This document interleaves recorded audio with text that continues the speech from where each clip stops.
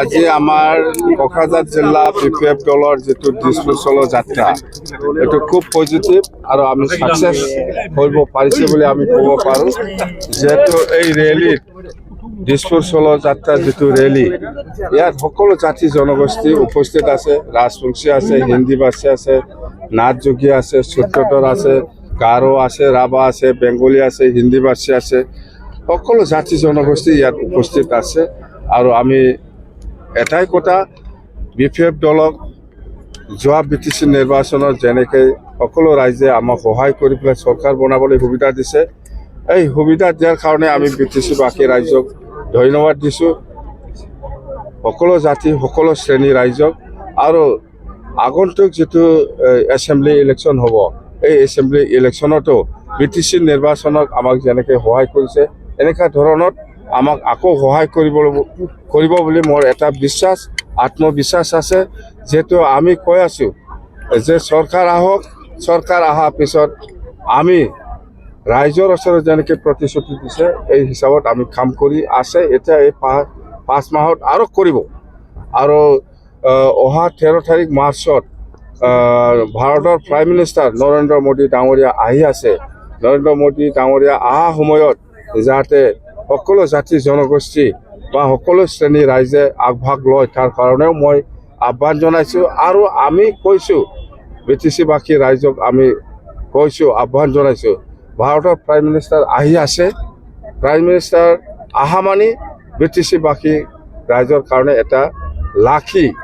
বা ভাগ্যৱান বুলি আমি ক'ব পাৰোঁ যেহেতু আৰু প্ৰাইম মিনিষ্টাৰ অহা মানে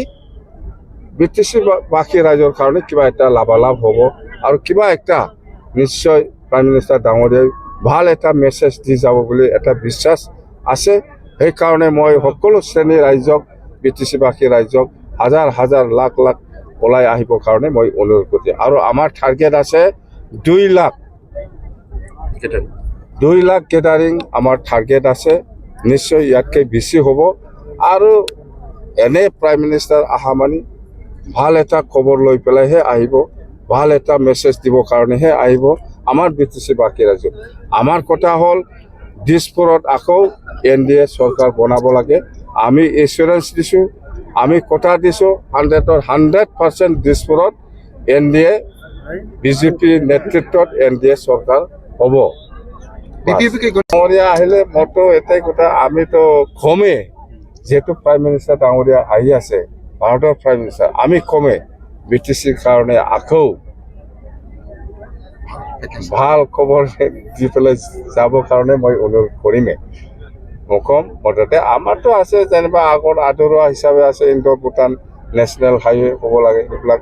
বাকী আছে বা কাৰ্বি আংলঙৰ বড়োসকলৰ ST হিলছ ষ্টেটাছ দিয়া এইবিলাক বাকী আছে সেইবিলাক আমি কথাটো কম ৰূপসী এয়াৰপৰ্ট অলৰেডি চলি আছিলে মাজত অলপ বন্ধ হৈছে সেইটো হ'ল টেক অফ আৰু এই কিবাটো অলপ প্ৰব্লেম ৰানৱে কিবাটো অলপ প্ৰব্লেম আছে সেইটো অলপ এক্সটেনশ্যনৰ প্ৰয়োজন আছে বুলি আমি শুনিছোঁ এতিয়া নিশ্চয় সেইটো আমাৰ অসমৰ মুখ্যমন্ত্ৰী ডাঙৰীয়াই নিশ্চয় দায়িত্ব ল'ব আৰু 2 দিন আগত অসমত এটা MOU হৈছে অসম চৰকাৰ বিটিচি আৰু কোম্পানীৰ লগত যে মানাছত এটা ইণ্টাৰনেশ্যনেল এয়াৰপৰ্ট হ'বলৈ গৈ আছে ইয়াৰে MOU হৈছে আৰু এইটো আমাৰ কাৰণে খুব ভাল এটা খবৰ বুলি আমি ক'ব পাৰোঁ আৰু আমি অনুৰোধ জনাম যে বিটিচিত আৰু বহুত ৰাস্তা দলঙৰ প্ৰয়োজন আছে ইয়াৰ কাৰণে যাতে আমাৰ মুখ্যমন্ত্ৰী ডাঙৰীয়াই দায়িত্ব লৈ পেলাই আমাক সহায় কৰে বা ভাৰতৰ প্ৰাইম মিনিষ্টাৰ নৰেন্দ্ৰ মোদী ডাঙৰীয়াই যাতে আমাক দায়িত্ব লৈ পেলাই আমাক সহায় কৰে এইটো কথাটো মই কমেই হেলিকপ্টাৰ আহিছে সঁচা কথা হেলিকপ্টাৰ আজি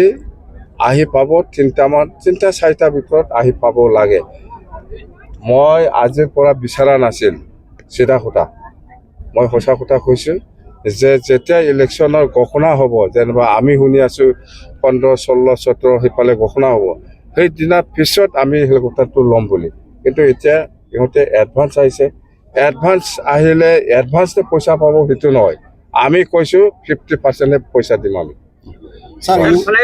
চিতাগুৰি আছে, দেৱৰগাঁও আছে আৰু চিনালি আছে। এই 3টা স্পটত ফ্লাইঅভাৰ আমি বনাব, এইটো ঘোষণা কৰি আহিছোঁ। নিশ্চয় সেইদিনা আমাৰ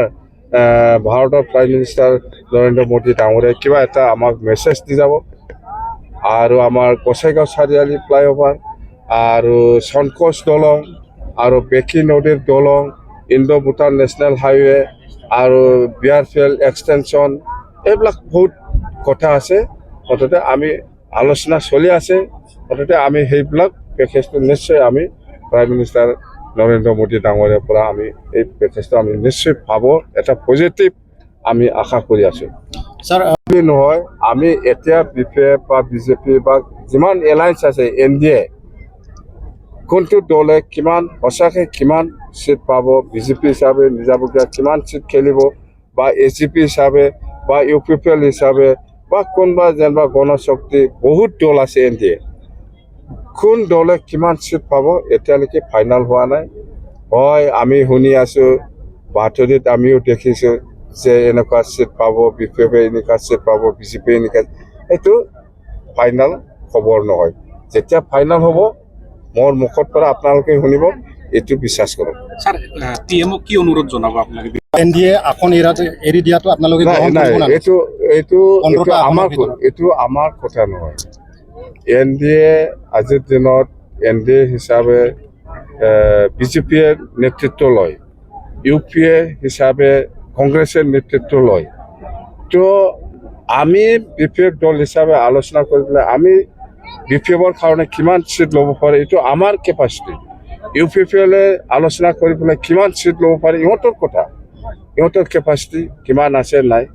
আমি আমাৰ কেপাচিটি মতে আলোচনা কৰি আমি চিটটো ল'ম, এইটো আমাৰ BPF দলৰ কথা। আজিৰ দিনত UPPলে আলোচনা কৰি পেলাই কিমান চিট ল'ব পাৰে ইহঁতৰ দায়িত্ব, এইটো হ'ল এলায়েন্সৰ নিয়ম। স্যার BPF তো 11টা সিট এইটো নতুন, এইটো 11টা 12টা 10টা এইবিলাক UPPLৰ কোনোবা নেতা আহিব, এইটো আজিৰ দিনত মই কনফাৰ্ম ক'ব নোৱাৰে। মুঠতে আমাৰ দলৰ কৰ্মীসকলৰ লগত, নেতাসকলৰ লগত বহুতে আলোচনা চলি আছে, নিশ্চয় আহিব, সময় আছে। মানে বিফৰ মানে ইলেকশ্যন যিটো কোড অফ কণ্ডাক্ট বা ইলেকশ্যন ডিক্লেৰেশ্যনত আগতে যিসকলে আমাৰ দলৰ লগত কাম কৰিব বিচাৰিছে ইহঁতক আমাৰ দলত আমি আদৰণি জনাম। Thank you sir.